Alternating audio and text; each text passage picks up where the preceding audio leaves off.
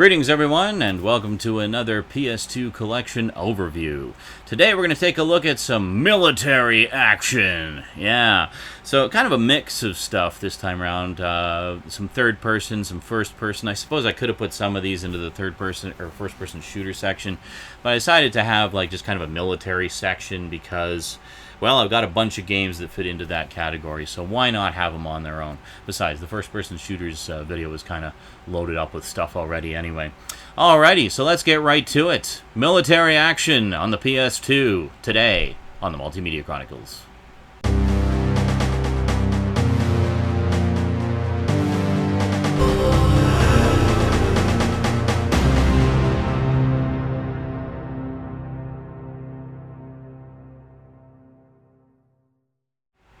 Welcome back. Okay, let's not waste any time. Let's check out some hardcore military action. Alrighty, let's get down to some hardcore military action. Now, some of you were asking me about this one on the first-person shooters section, and honestly, I don't know why I didn't include it in the first-person shooters section, because it's a first-person shooter, and a pretty damn good one at that. However, you're part of an elite military unit, so I thought, let's throw it into the military action section. I should have at least given it an honorable mention. We have Black. Yes. Pretty cool stuff. Not sure what I can say. All guns blazing. There you go.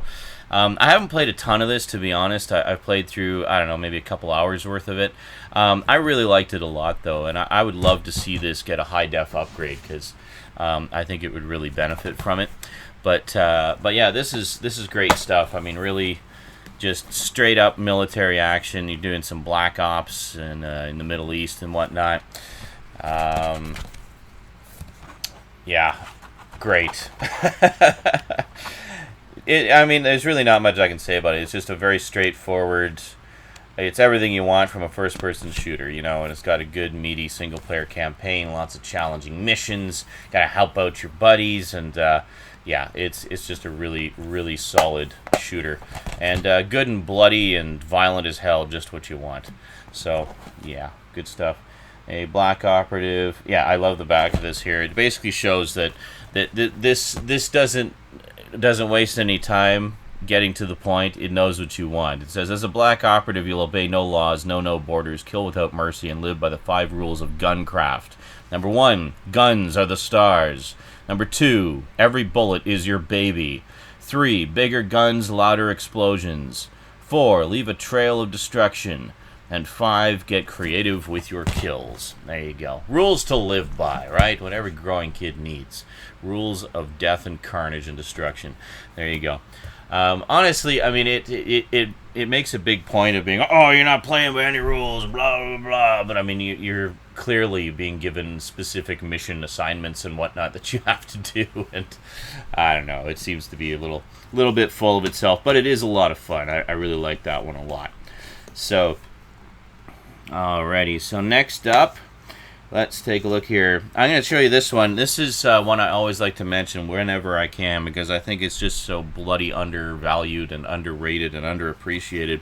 We have Freedom Fighters. Not to mention, this has one of the most kick-ass soundtracks I've ever heard in a video game, like a, you know, sort of military action-adventure game, by Jesper Kyd. Just a fantastic soundtrack. I used to listen to it when I was doing clerical work all the time, and it just made the day that much more epic. But, yeah, so Freedom Fighters, really, really good game. This was the first sort of squad-based game that I ever played. Essentially, there's, you know, there's the Russians have invaded America, and you're joining up with a small band of freedom fighters to try to liberate America again. Now, I know a lot of you are probably thinking, oh, Red Dawn. Yeah, it's kind of, you know, similar kind of idea. But instead of being just, you know... Well, I guess you are just kind of regular Joes.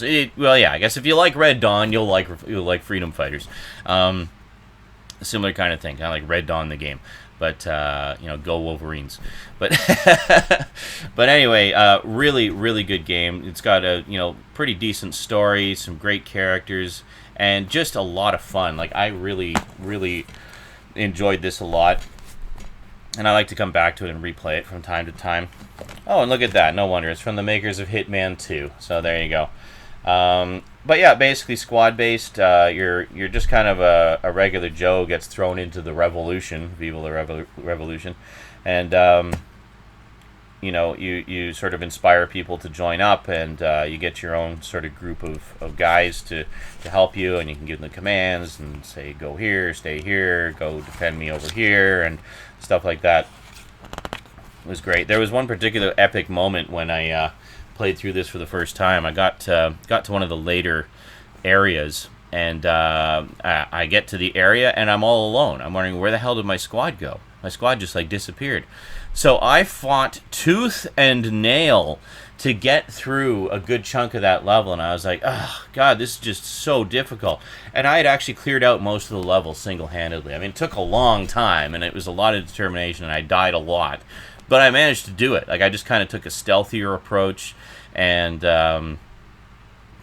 just cleared out a lot of the enemies. And then, and then there didn't seem to be much else to do, so I thought, oh, okay, well, let's go back, and we'll go back to the beginning, just kind of retrace our steps and see if I missed anything. So I get back to the beginning, and right in the beginning area of the level, there's like this manhole cover. I open the manhole cover, and out pops my squad. I'm like, oh my God, are you serious? I went through the whole level by myself, and my squad was just waiting in the frickin' sewer for me to pop the manhole cover so they could come out and back me up. I was kicking myself. At the same time, I was kicking myself for that, but at the same time, I was, very proud of myself having managed to traverse the hell of that level for the most part on my own. I think what had happened was I had reached a point that I just couldn't get past on my own, and I was like, oh, I don't know what I'm going to do. So I went back, retraced my steps, and then as the squad was coming out of the manhole, the music started to pick up. So it's like you got the more epic music happening, and that's how I felt at that moment. It's like, oh my God, it's my squad. I missed you guys so much. You're here to help me. Oh my God. It's just one of those really epic moments. It was like, now we can finish this level. I've cleared out most of the stuff, guys. Let's go and, let's finish it up. So basically, on the plus side, it meant I could keep the majority of my squad intact, because they didn't have to battle through the first, 2/3 of the level. We could just go and tackle the last section of it. So anyway, Freedom Fighters, really good, really underrated. Check it out. You'll have a great time. Definitely one of those sleeper hits. Everyone I know who's played it loves it, but hardly anyone's heard of it. Apparently it was a moderate success. They were talking about doing a sequel for a while, but alas, that never happened. Next up, we have one that I picked up from the bargain bins during the last days of the PS2. We have Without Warning. Yeah. This one kind of caught my eye because the way it is described is as kind of like an action movie, like a big summer blockbuster action movie, but one that you play. So you've got several, it's again very squad-based, kind of squad-based, in that you play as several different characters kind of in rotation, and what one character does can affect what the next one is able to do, because you kind of go through the same areas in different ways and do different things, or areas that one affects the other, that sort of thing. And there's a time limit, so you're like in a race against time to get everything done and beat the bad guys and stuff like that. So I played sort of a sampling of this. I didn't play through the whole thing, but I played it for a couple hours, and I actually really liked it a lot. Again, I think it's kind of underappreciated. I don't ever hear anybody talking about this one. I don't think it's one of the greatest games ever. It wasn't, perfect. As I recall, some of the controls could have been tweaked a little bit. But overall, just a really satisfying action game that very much has that sort of cinematic action movie vibe to it. You get profiles on all the different characters that you can play and stuff like that. So essentially you're stopping a terrorist threat. I think they're going to blow up the city or something like that. So anyway, you got to stop them. Did I show you? And for some reason they did this from time to time. The French manual is like oversized, and as you can see, it kind of got squished in there. But Yeah, so it's all like bent and squished because it's too damn big for the case. Why did you do that? I noticed later they would just do the same size for both. I guess they do that to distinguish them, but I mean, we can tell by looking at them if one is French and one is English. You know, I mean, come on. So anyway, without warning, I'll just quickly give you a look at the instructions for freedom fighters. I can't remember if we looked at them, but oh no, we did. Yeah, we did. Sorry, my brain is failing. Coffee hasn't quite kicked in yet. It's early. All right, so there we go. So without warning, yeah, definitely liked this one and would love to sit down and play through the rest of it. And then last, but most certainly not least, a trilogy of games on the PS3. Actually, they did more than 3, but this is the first 3. We got SOCOM, U.S. Navy SEALs, SOCOM 2, and SOCOM 3. Yeah, for this was really like a flagship game for the PS2 for a long time. The SOCOM series, and understandably why. I mean, it was one of the first ones to offer online play to a significant degree. All squad-based combat, mission-based, and a lot of fun. I really enjoyed this game a lot. I played the hell out of the first one, and really liked it a lot. It's got the thing I like about it is there's all kinds of different ways that you can approach the missions. I mean, you have your squad. Everybody kind of has their specialty. Everybody has things that they can do, and depending on what you do, you can or you know how you choose to tackle a mission, you can accomplish your goal in a variety of ways. Other cool thing about this is you can actually use the USB a USB headset with it to verbally give your squad orders, which is pretty cool. Pretty cool. This was kind of a big deal at the time in that I guess it was one of the more accurate military games in terms of the procedural side of things and how how the Navy SEALs actually like to do things. I think you've even got their oath in the back here. Where is it? You've actually got a recruitment thing there. So they're what better ad for recruitment than an awesome video game, eh? Does it have their oath in it? I don't know if it does have their oath actually. Navy SEAL gives you the history of the Navy SEALs, and yeah, no, I don't think it does. I thought it did. I think it gives you the oath in the game itself. Yeah. Anyway, really, really good game. If you like your military action with a little bit more bite to it and a little bit more realistic, you definitely can't go wrong with the SOCOM games. So then we move on to SOCOM 2. We have more of the same. And crap. That's the SOCOM 1 disc. Yeah, I think it was David Bunch of Numbers pointed this out to me the last time I did an overview. So I didn't even notice at the time, but you know how at EB Games, GameStop, they'll have the games in sleeves, and they'll put them in the case for you when you pick up the used game. Yeah, so I got the case, got the nice, thick, meaty instructions, even in French.